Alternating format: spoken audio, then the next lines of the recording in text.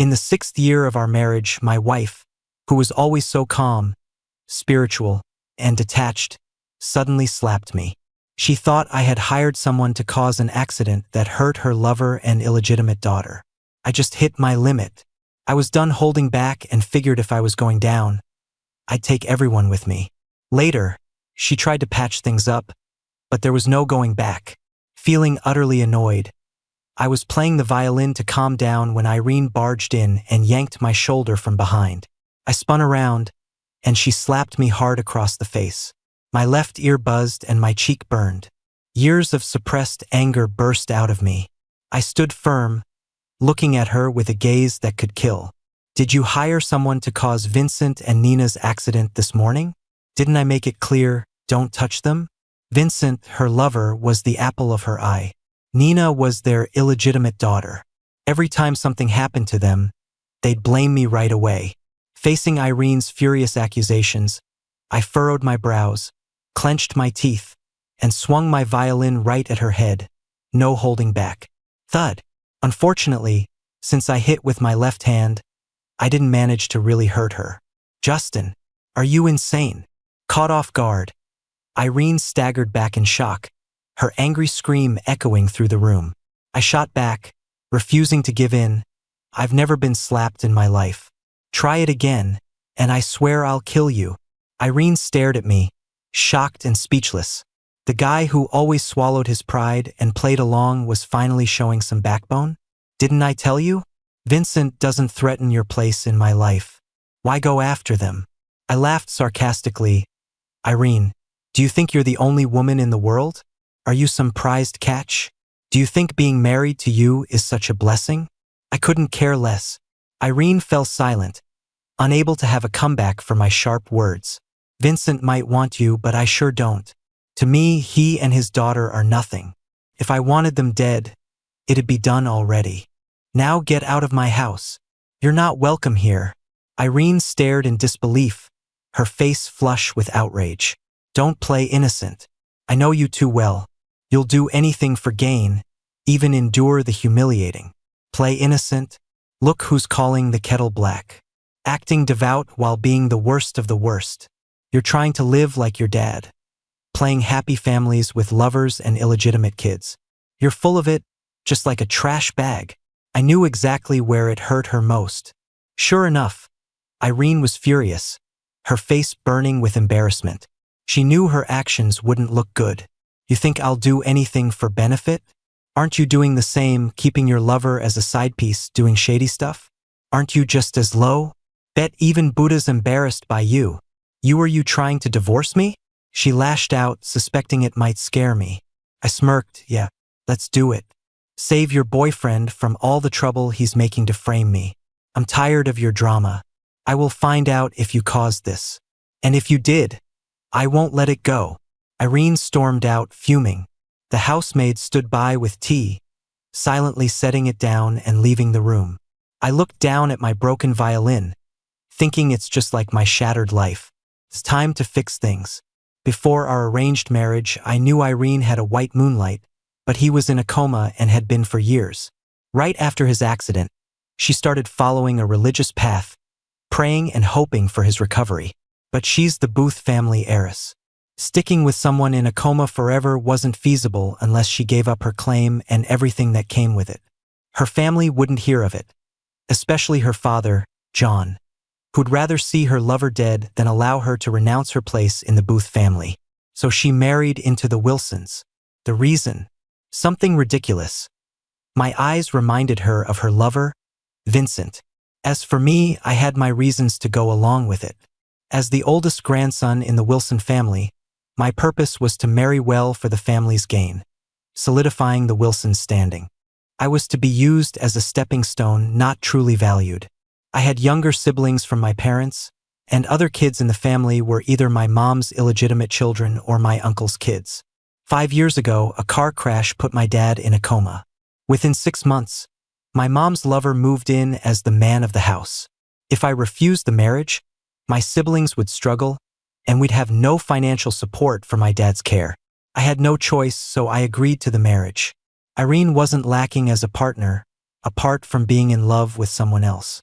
I just didn't expect that in the 3rd year of our marriage, Vincent woke up. His waking up quickly shattered our civil union and turned it into a 3-person mess. Especially after she announced to everyone that she had a daughter named Nina with Vincent.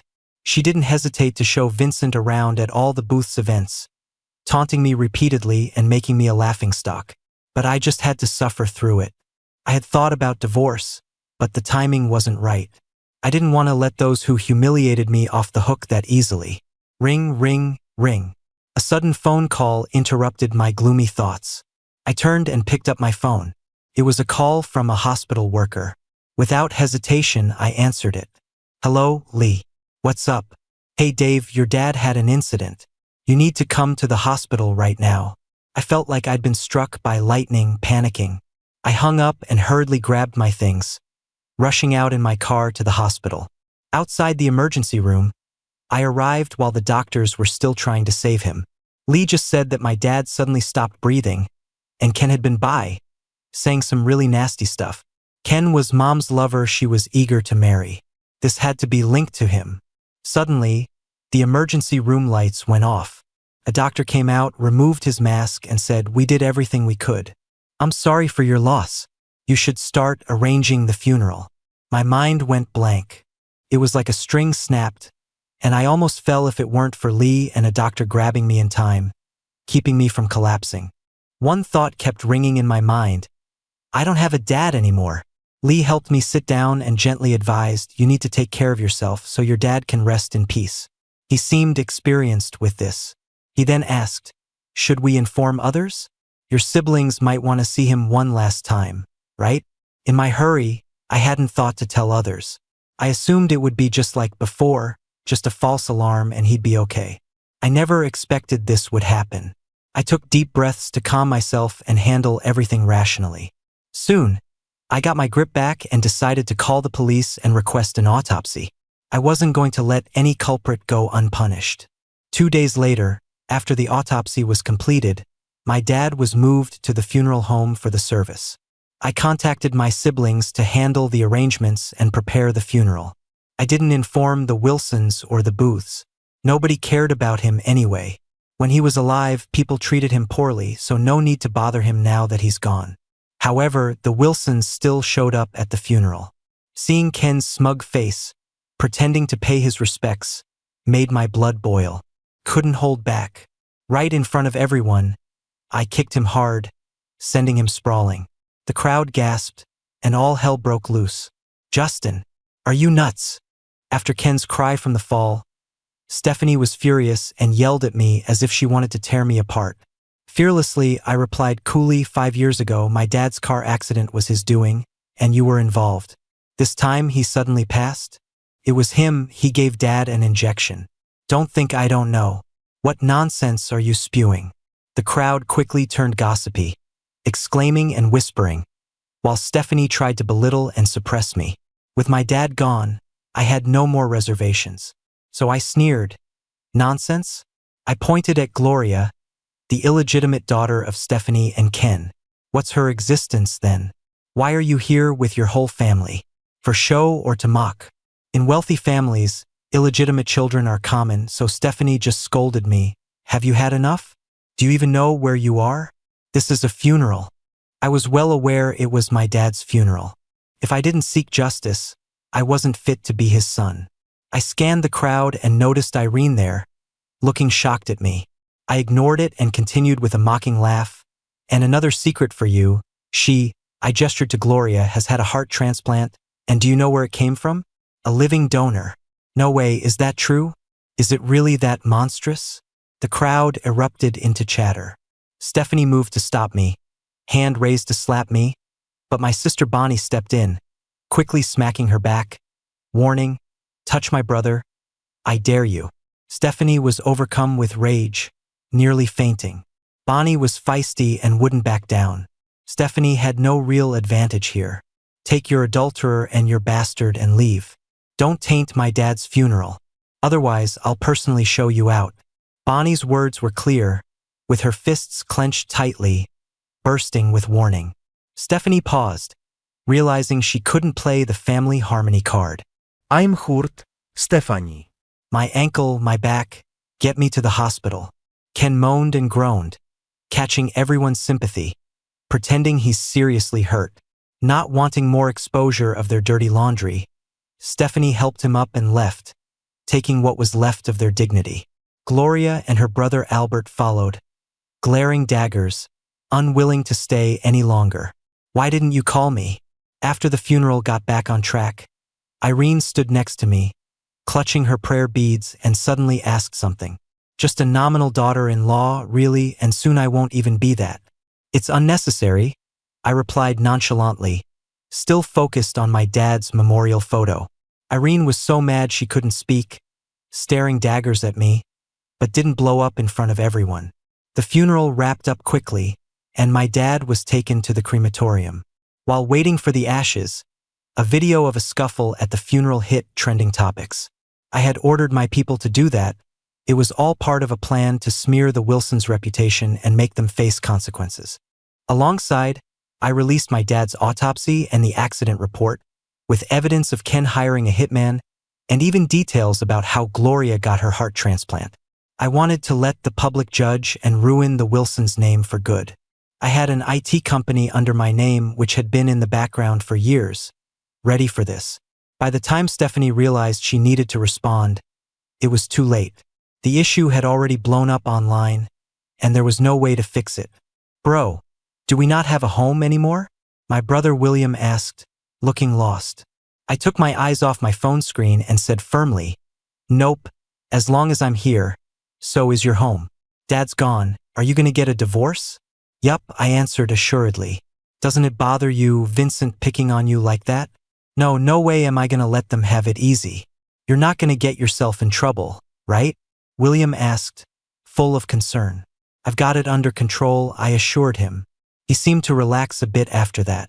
Once we got the ashes, the three of us siblings headed to my villa, planning to pick a good day for burial.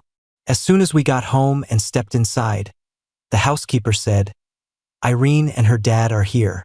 After Irene stormed out of the funeral home, I had no idea what they wanted to talk about. This stuff shouldn't be brought home. It's bad luck. Don't you know anything?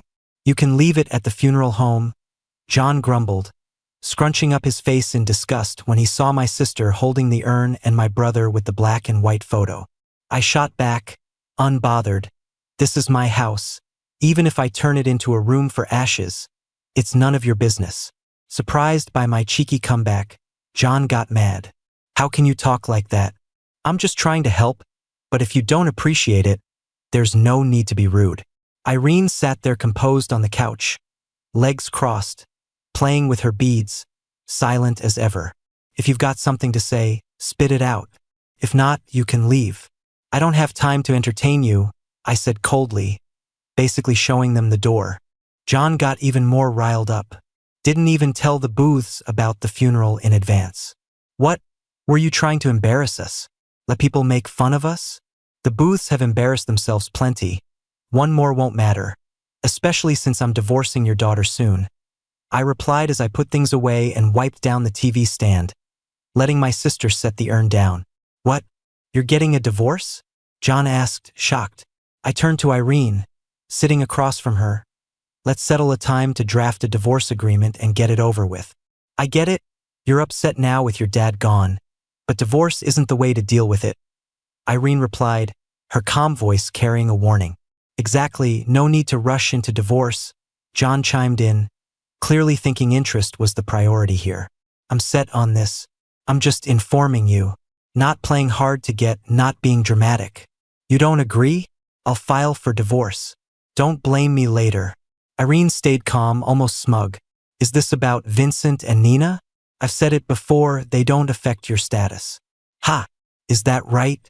I chuckled coldly. Funny. I still remember you storming in here and slapping me in the face. What the hell? You hit my brother? Bonnie shot up, ready to hit back, but William held her back. Claiming to be all about Buddhism? What a joke. What kind of person hits their husband? Watch your mouth. That's out of line, John scolded. Bonnie was even angrier. Want me to be polite? Teach your daughter some manners. They say the apple doesn't fall far from the tree. parading around with her lover and love child. And you won't divorce her? Think my brother's a pushover? Such garbage. Always pretending to be righteous, clutching those beads. Doesn't it bother her? Stung by Bonnie's words, Irene turned to me angrily. I've never hid Vincent's existence. So what are you making a fuss about now? True, you weren't hiding him, but I never thought you'd stoop so low. You've become just like your dad. I hate lovers and love children who flaunt their existence to the spouse. My dad's gone, so I'm done tolerating this. Get it? I didn't hold back, hitting where it hurt. Irene stood up, furious, her words full of spite. You want a divorce? Forget it. Irene, will only become a widow, never a divorcee. Then she stormed past the coffee table and left, running away as usual when she couldn't handle it. She never changed or admitted wrongdoing, always doing what she wanted. Even if she claimed to follow a peaceful path, she wanted it all. She wants a husband who's a good match and a lover who's gentle and talented. She wants it all. Just look at her go for it. John, seeing the situation, turned pale and asked, So, did you make those videos online? You're trying to ruin the Wilsons? I didn't want to answer. I coldly said, That doesn't seem to concern you. You should probably worry about yourself. John seemed to understand something, got up, and left without asking more. What kind of people are these? Just trash. Bonnie couldn't help but complain. All right, let's go eat. I was exhausted and too hungry to think, so I just got up and said it.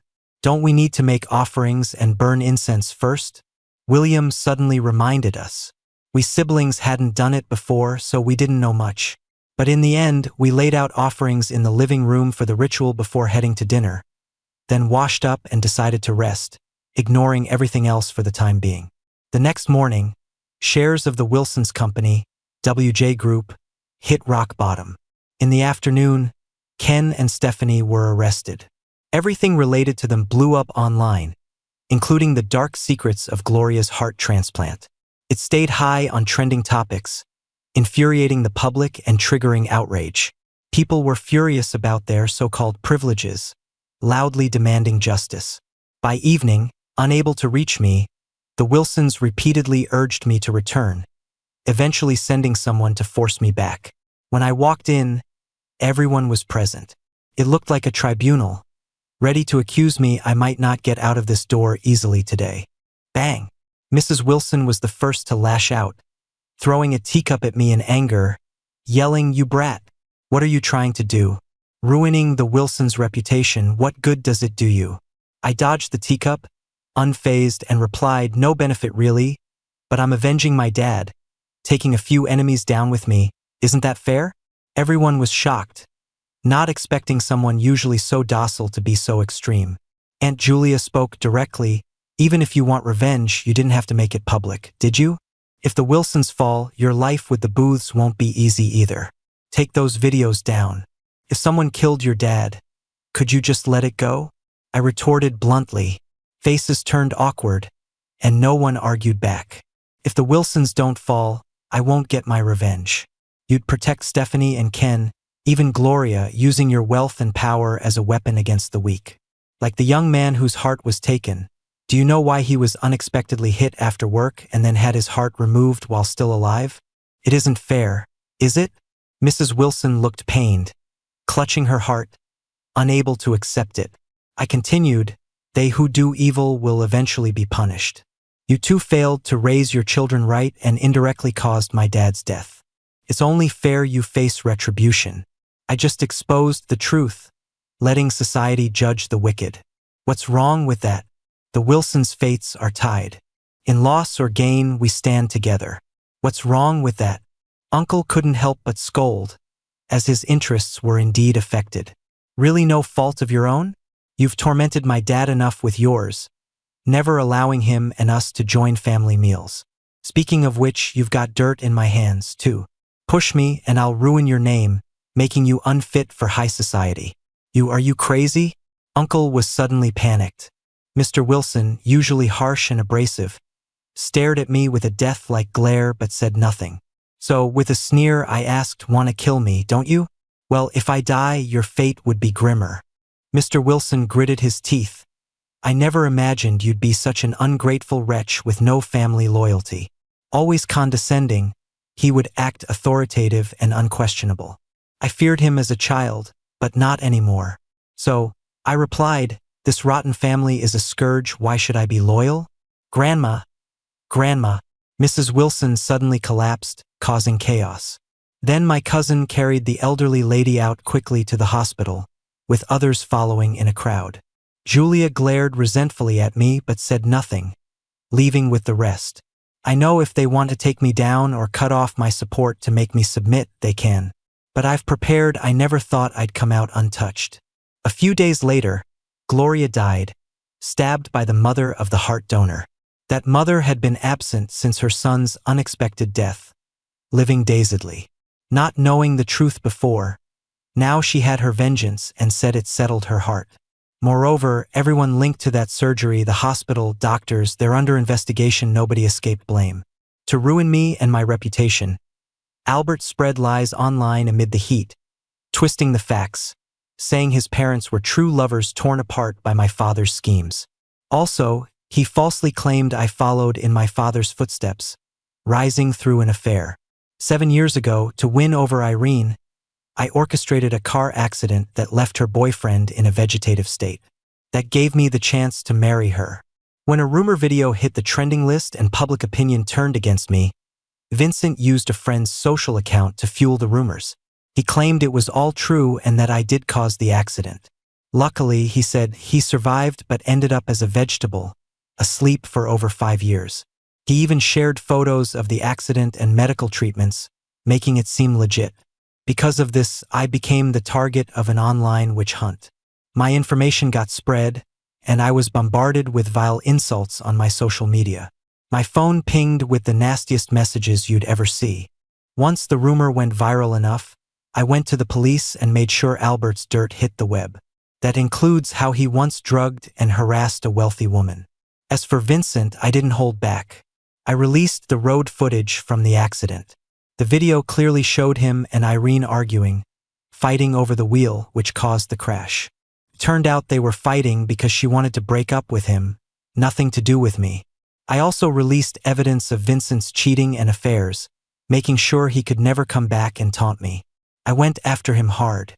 Now, with my dad gone, I couldn't care less about my marriage or keeping up appearances with Irene. Unfortunately, Irene has powerful backing. For the sake of the booth's reputation, the negative buzz around Vincent got buried fast. It didn't lead to any big public outrage, just him losing face locally and becoming a laughingstock. I expected that. Irene and the booths are all about maintaining appearances. That night, at a private club, I happened to see Irene and her best friend Mandy heading toward the balcony, maybe for some air. I was going to approach them for a chat when I overheard Mandy teasingly ask, if you like Vincent so much and have a kid with him, why not divorce and marry him? Irene replied, as usual, with indifference. He's not fit to be a husband, can't handle my family, can't give me peace. Turns out, she's scheming not to divorce. How shameless. Mandy asked, aren't you scared Justin might fight back someday? People have their limits, Irene retorted, unfazed. A few fights don't matter as long as it doesn't cross my line. But he moved out over a year ago. That's not just a little fight. He'll come back when he wants kids. I'll give him one when he's ready, Irene said calmly. Mandy laughed. You really play at a higher level. But seriously, where does he get all this dirt on people? Private eye work, maybe? Irene sounded a bit down, no idea. He's got a digital tech company under his name. Probably gathered it all for a rainy day. So he's pretty scary. Can you handle him? Mandy asked. Irene, puffing a smoke, stayed silent. I didn't feel like eavesdropping anymore. Didn't want to chat either, so I turned to leave. Just then, I ran into Vivian, standing by a private room's door, looking curious. Long time no see, I greeted with a smile. Vivian flashed a bright smile. Want to grab a drink? Sure. Was looking to talk to you anyway. Vivian led me to another empty room, ordered drinks, and asked with a smile, so what's up? I got straight to it. WJ Group stock has plummeted and they're close to delisting. Some projects have stalled. I was hoping you could seize the chance to buy WJ Group or become the major shareholder. How about it? Vivian leaned back on the sofa, casually smiling, and after the acquisition, I don't have another plan. I just want you to kick the Wilsons out of the board, especially my aunt and uncle. I don't want them abusing WJ Group's resources anymore. A few projects there are about to profit, you won't lose out. The problem is your grandma, aunt, and uncle might not want to sell their shares. I've got leverage over my aunt and uncle. I'll give you the info they'll sell. As for my grandma, she's old. She'll weigh the pros and cons. You'll figure it out. Okay. Vivian agreed with a meaningful smile. Suddenly, she asked bluntly, when are you planning to divorce? Don't tell me you're still gonna put up with it. I felt a bit awkward, chuckling dryly. I want to, but Irene doesn't agree. The Booths don't want the scandal. Need my help? Vivian asked seriously. A bit puzzled, I asked, help me? How? Irene'd rather be widowed than divorce. Why not make you the widow? Vivian chuckled, so casually that it felt almost eerie. I awkwardly laughed, going against the Booths, I wouldn't stand a chance. Best if she agrees to divorce. At that moment, the waiter brought in drinks and a big fruit platter. With so much on my mind, my nerves were strung tight. So I started drinking with Vivian. Before I knew it, I got a little tipsy. My brain became sluggish, and feelings of sadness, the pain of losing my father, suddenly hit me hard. I couldn't help but pour out my troubles and difficulties to Vivian, treating her like a confidant. After letting it all out, I was about to head home. Vivian didn't stop me, she just quietly listened, and then kindly saw me off without saying much. But just my luck. When Vivian was helping me into the car, we ran into someone we knew. They sneakily filmed a misleading video, which got partially pixelated and uploaded online. The title read, Heir of WJ Group Marriage Crisis. Suspected affair with mysterious woman. Since it involved Hot Topics, WJ Group, and the Wilson family heir, the buzz picked up fast. It also dragged Irene and the Booths into it, pushing the video to trend quickly. By the time I woke up from my boozy sleep the next morning, the video was still trending high. Some of Vivian's info got out, suggesting a conspiracy, filling my phone with missed calls and unread messages. There were missed calls from the Booths mansion, urging me to come over, likely to scold me and lay down the law. Nothing good, I bet. Irene left missed calls and messages, demanding, why is the video still trending? What are you trying to do? Raise a hell. I ignored them, didn't reply. I just grabbed the already prepped divorce papers and headed to get Irene to sign them. Since it was a weekend, when I got to our marital home, Irene was there, along with Vincent and his daughter. As soon as I stepped inside, Nina, who was on her toy car, saw me and yelled, bad man, he's here. She dropped her toy, ran to Vincent, and hid in his arms like I was some terrifying monster who'd abused her. Irene was on the sofa, watching all this, but said nothing, just glared at me with a darkened expression. I couldn't help but laugh sarcastically. Is that really your kid? Why does she seem so brainless? Wasn't she in an accident? How's she untouched? Vincent broke in with a snarky tone, playing innocent. I know you don't like Nina. You find her annoying. Wish she'd vanish. But don't be mean. She's just a kid. She understands nothing. I felt my heart skip in frustration, wanting to smack him. She doesn't get it? Do you not get it either? Kids reflect their parents' upbringing. If you can't teach, don't have them.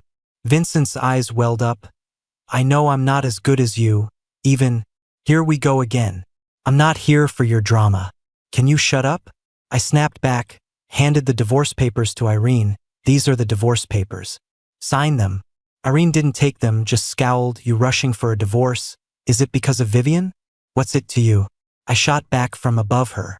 I'm not divorcing you. Heh, guess some people aren't meant for marriage then. Like you, totally undeserving of a partner. I laughed. Having a marriage certificate to bind a husband who isn't loyal is pointless. Irene's face darkened. You're not me. How do you know it's pointless? I glanced mockingly at Vincent. So, we all just ditch loyalty, throw out personal boundaries, go for an open marriage, yeah? I'll find women, have kids. You cool with that? Irene got furious. Other than divorcing, what do you want? Double standards. Huh? You get to play, not me? I tossed the divorce papers at her. Fine. Since there's no negotiating, see you in court. Justin, my patience is limited. Don't push me to act. You can't handle it. Irene warned me fiercely. I snapped back, my patience has limits too. You have more to lose than I do. Go ahead, destroy everything. I'm not afraid. Glancing at Vincent and his daughter. Done with that, I headed upstairs to pack my stuff and leave. I hadn't fully moved out before as I was trying to keep things civil. But now I'd finished the job. Irene, why won't you divorce him? Do you love him? Vincent cried. You said you'd only love me. You put me in this coma. Don't you owe me and the kid a real family? If you don't divorce and marry me now, I swear I'll take the kid and end it. He sobbed, making Nina cry too. But Irene just stood there silent and unresponsive like she was in a trance. Upstairs, in the bedroom I used to stay in, nothing changed, no dust, the space still cleaned nicely by a housekeeper. I started packing my stuff. Midway through, Irene showed up, leaning on the closet door, calmly saying, "Let's talk." The suddenness startled me, making me snap. Talk about what? What's left to say? She uncharacteristically explained, Vincent saved me once. Years ago, an accident put him in a coma partly because of me. I have to make it up to him, even having a kid, if that's what he wants. I can make them disappear, never to cross your path again. Just don't divorce. Name your terms. Was she really trying to play the nice card after the tough approach failed? Did she seriously think I'd sacrifice my dignity for some material gain? Good thing I never expected true love from this arranged marriage. I'd never wanted it to be anything more than cordial. Otherwise, her antics would have driven me into depression. Humph. I couldn't help but scoff, mocking, people talk about self-cultivation and family harmony. Do you think you're even a decent person? You repaying kindness or dating, that's your choice. What's it got to do with me? Why drag me into it? Why should I put up with and enable your selfishness? Irene got a bit annoyed instantly. I've said it, it won't happen again. I lost it and started cursing, you're such a jerk. Don't make me look down on you. You mess around with relationships. You're an incomplete mother. You're barely able to handle this marriage, yet you think you can live happily ever after with me? Irene was instantly speechless. Her face turned red with shame. Before all this, you favored Vincent, always shielding him unconditionally. No matter how he slandered or targeted me, you'd clean up his mess. Even when he was spreading lies online, ruining my reputation, you defended him. When I fought back, you chose to go against me. I've undergone all the grievances while you all took the spotlight. Now you shamelessly ask me to forgive and move on with you? How can you have the audacity? Do you take me for a saint who can forgive everything? Irene, acting like she didn't get it, obstinately insisted, I'll change. I'll make it up to you. What do you want? Shares in the company? Felt like talking to a brick wall. Completely pointless. I would never end up like Vincent, not getting involved with you again. Get out. Don't bother me while I'm packing. Suddenly, Irene got angry and started speaking harshly. Who else could you find that's better than me? You think Vivian will marry you? Is she really better than me? Get out. Can't you understand simple words? While packing, I threw something at her face, having run out of patience completely. Irene caught it quickly. Her expression was complicated, looking at me as if I had wronged her. Her eyes filled with resentment. In the end, I ignored her, packed my things, and she left, realizing more talk was pointless. A few hours later, I moved all my stuff out, leaving nothing behind, including the plants I had grown in the garden. No trace of me was left there. A week later, Vivian completed acquiring most of WJ Group's shares, all except those Stephanie still held.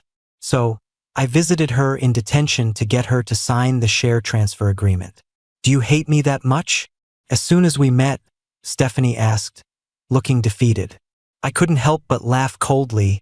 Shouldn't I? You ruined my dad's life and nearly wrecked mine, along with my siblings' lives. Shouldn't karma bite back? Stephanie was speechless and quietly sat across from me. I pushed the share transfer agreement in front of her. WJ Group has changed hands. You better transfer your shares to us siblings, or you'll regret it. Not knowing what happened, Stephanie looked shocked. How is that possible? What about your uncle? The truth is, it really changed hands, I'm not lying to you. Also, your beloved daughter Gloria is dead, stabbed by the mother of a boy who had his heart stolen. And your beloved son Albert is in detention for defamation, with all his misdeeds exposed. His future won't be easy, he might end up dead if retaliated against. I spoke lightly, but Stephanie's eyes filled with tears. Her lips trembled and couldn't utter a word. After a while, she bitterly remarked, I can't believe it. You turned out to be the wolf. Your dad was holding the leash. It's insane. Choking up, she suddenly asked, if I sign, can Albert go free and be sent abroad safely? I felt a sting of bitterness inside, realizing how differently children are treated. Is this what they call a child prospering because of their mother? All right. I agreed, though I couldn't guarantee his safety once abroad. Stephanie shakily signed and stamped, without hesitation. After double-checking, I packed up the agreement to leave. Sorry. As I turned, Stephanie suddenly choked out an apology. My heart filled with mixed emotions, but I still laughed coldly. Even if you apologize, it won't reduce your sentence, so save it. I don't believe she thinks she's wrong. People like her, even if they are wrong, would never admit it. An abrupt apology like this is probably just for her illegitimate son to avoid revenge. Later, I didn't sell the shares, I split them 3 ways, keeping them with us siblings. Vivian did not mind or insist on complete acquisition. A month later, as Irene refused to sign the divorce papers, I filed for divorce. Soon, the court date arrived. The case was clear, preparation was thorough, and evidence compelling. So the divorce was granted in court. Even though Irene still refused, there was no room for negotiation. After that, Vivian moved next door, occasionally dropping by to eat. Her intention was clear, wanting to be my girlfriend. Sometimes she'd sincerely light incense for my dad, hoping he'd approve of her as a daughter-in-law. My siblings even supported her, telling me to start dating her soon, or I'd go nuts. Another month later, Ken's case was closed, with a death sentence and immediate execution, along with civil compensation for multiple murder charges and severe impact. Stephanie got 20 years and 5 more of political rights deprivation for multiple crimes and related compensation. As for Albert, after being released, he was retaliated against, injured someone during the confrontation, and went back in, got a 3-year sentence, so he didn't even need to go abroad. With everything sorted, my dad was finally laid to rest. My siblings and I picked a good day and time to give him a proper burial. We wanted him to rest in peace without any lingering concerns. A year later, I married Vivian. Another year later, Vivian gave birth to our lovely daughter, and we named her Fiona. The next time I saw Irene and Vincent was at the aquarium. Our child was just over a year old at the time, and we were there with Vivian for a fun day out. We bumped into them pretty unexpectedly, and it got a little awkward. Long time no see. How have you been? Irene was the first to speak. She looked at me with calm eyes. The blue lights from the aquarium lit her face, while fish swam by the glass, giving her an inexplicable, lifeless aura. Vincent, holding onto their little girl, looked at me like I owed him millions, brimming with resentment. I heard that Irene didn't marry him. Shortly after our divorce, she lost her place as an heir of the Booths. She spent over a year in a temple before coming back. Now she started her own business, and it's apparently doing well. Everything's good. How about you? I responded politely. I'm doing okay. Irene replied with a forced smile, her gaze dropping to my daughter. Is she your daughter? She's adorable.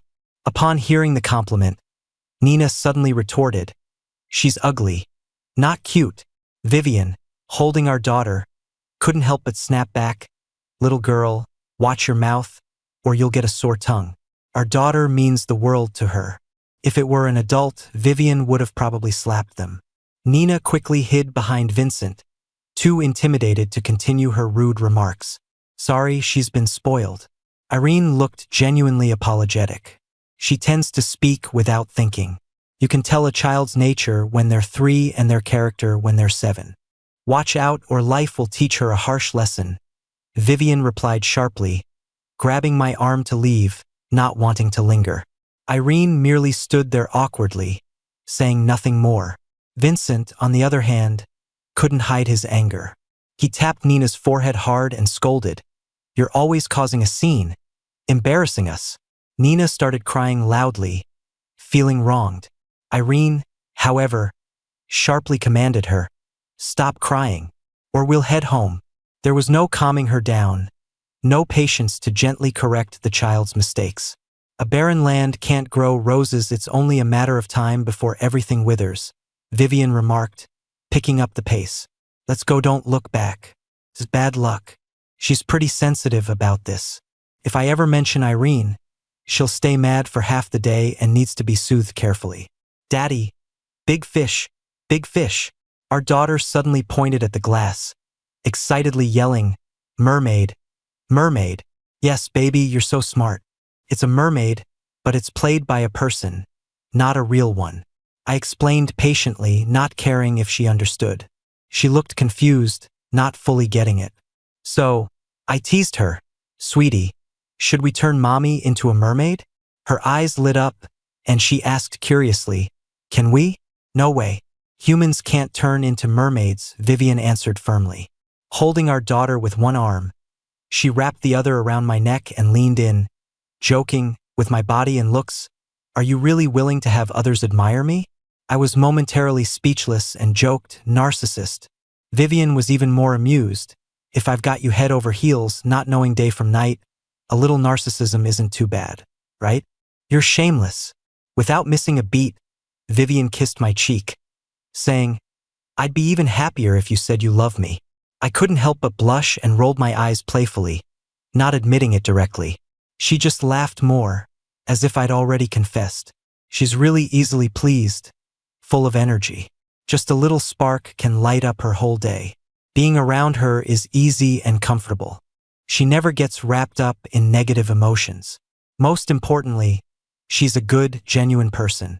She keeps herself above the mess of complicated relationships. Really, she's amazing. Marrying her was a choice I've never regretted. Having kids with her, even less so. Everything happened just right at the perfect time. Vivian's perspective. The first time I felt butterflies was seeing the groom at Irene's wedding. His name was Justin. He was just like his name, tall and graceful like a poplar tree, reserved with a quiet strength that made you feel for him. It made me want to steal him away, thinking Irene didn't deserve him. Turns out Irene wasn't a good person. Selfish, fake, and greedy. Even accepted her illegitimate daughter and wouldn't leave him alone. She embarrassed him time and again, and it was only with great restraint that I didn't do something to make her a widow. Eventually, I couldn't hold back and decided to win him over. After his father was taken from him, Justin wanted revenge on the Wilsons and chose divorce. I helped him secretly. I made sure the Wilsons couldn't support his enemies and helped him win the divorce battle. Irene and the Booths couldn't touch him anymore. I chased him for over 6 months, being as thoughtful as possible, before he let go of his doubts and agreed to date me. After another 6 months of effort and care, I finally got him to marry me. I knew he was smart. He let himself fall for my tricks on purpose, letting me become his wife and build a warm home together. I had a daughter with him, which made me feel the continuity of life deeply and appreciate life more. Seeing him every night before bed and every morning when I wake fills me with energy and fulfillment. This is how life should be. Those who love and who are loved deserve full happiness. Irene's perspective. Habit is a scary thing, it marks your body, impossible to erase. Like my ex-husband, Justin. 3 years of respect and harmony with him were the most comfortable years of my life. He covered all the bases, made me think he had no temper, that he'd never leave. Even with a lover and an acknowledged illegitimate daughter outside, he'd stay, like any other wealthy son-in-law, for the peace of the home. But I was wrong. He just hid his strength to avoid trouble. His father was like a seal on him, and once that was broken, there was no going back. Vincent was my first love. We had an on and off thing for years. We fought over a breakup and then a car accident made him a ghost of a person. I felt I owed him, needed to make it right, even if it was claiming a child. But my life shattered and became a mess I couldn't escape. They say betraying a spouse blocks wealth. Knowing Justin remarried left me feeling life was pointless. Seeing his daughter and his joyful smile, his words echoed in my ears. You're such a terrible person. Yes, I am a terrible person. I've become the kind of woman I despise. I've lost my spouse, child, father, starting relationships and breaking them, completely undeserving of being human.